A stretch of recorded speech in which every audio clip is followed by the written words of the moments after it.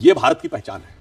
अभी कुंभ होगा, आप देखेंगे हजारों की संख्या में विदेशी पर्यटक आएंगे, नॉन हिंदू है वो, और वो श्रद्धा भाव से आएंगे। मैं विनम्रता से पूछता हूं, किसी दूसरे धर्म और दूसरे मजहब में उस मजहब को न मानने वालों के मन में श्रद्धा हो और वो यात्रा करने जाएं तो बताइए। फिर वो आएंगे श्रद्धा भाव से, हफ्ता हफ्ता भर 10-10 दिन रहेंगे, हिंदू धर्म की तारीफ करके जाएंगे। अब उसके बाद उनसे कोई ये भी नहीं कहेगा तुम कन्वर्ट हो जाओ। मैं दावे के साथ कहता हूं कि अगर कोई ये कह भर दे कि मुझे वेटिकन की यात्रा करनी, मुझे हज की यात्रा करनी, पहले सबसे पहले कहा जाएगा कन्वर्ट हो जाओ, उसके बाद कर सकते हो। यह है भारत की पहचान, और इसमें किसी प्रकार का कोई मतभेद तो था ही नहीं। ये मतभेद तो इन्होंने क्रिएट किया हुआ है।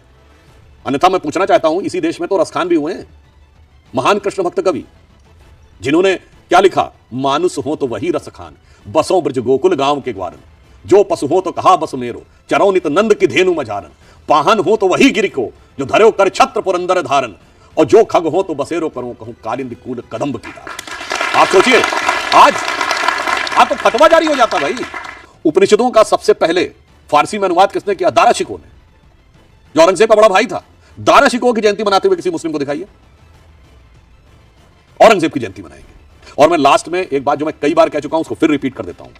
2019 में मार्क टेली, जो बीबीसी के पत्रकार रहे हैं और 3 दशक तक उन्होंने दिल्ली में रह के पूरे साउथ एशिया को कवर किया है, उन्होंने 2019 में लिखा है कि Muslims in India are the luckiest. और उसको उन्होंने आधार यह बनाया कि वो निजामुद्दीन एरिया में 26 साल रहे, दिल्ली के निजामुद्दीन एरिया में। एक तरफ हजरत निजामुद्दीन औलिया की दरगाह और दूसरी तरफ तबलीगी जमात का ऑफिस। उसने कहा कि मैं 3 दशक तक दुनिया में कोई मुस्लिम देश होता है, दोनों एक दूसरे से धुर विरोधी विचार रखने वाले एक साथ नहीं रह सकते थे। यह सिर्फ भारत है जहां एक साथ रह पा रहे हैं क्योंकि हिंदू वाले। और यह भी मैं प्रमाण देता हूं। यह बताइए, जो इलाका मुस्लिम बाहुल्य हो गया, कश्मीर मुस्लिम डोमिनेटेड हो गया, बहुत कहा जाता है मुस्लिम, बहुत वो थी ना दरगाहें, सूफियों का सेंटर था। आज बताइए सूफियों कोई सेंटर बताइए, मैं पूछता हूं ना, कहां बचा सूफियों का सेंटर? वो आपको मिलेगी तो हजरत निजामुद्दीन औलिया की दरगाह यहां मिलेगी, अजमेर शरीफ की दरगाह वहां मिलेगी, देवा शरीफ की दरगाह बाराबंकी में मिलेगी, वहीं मिलेगी जहां हिंदू मेजॉरिटी में है।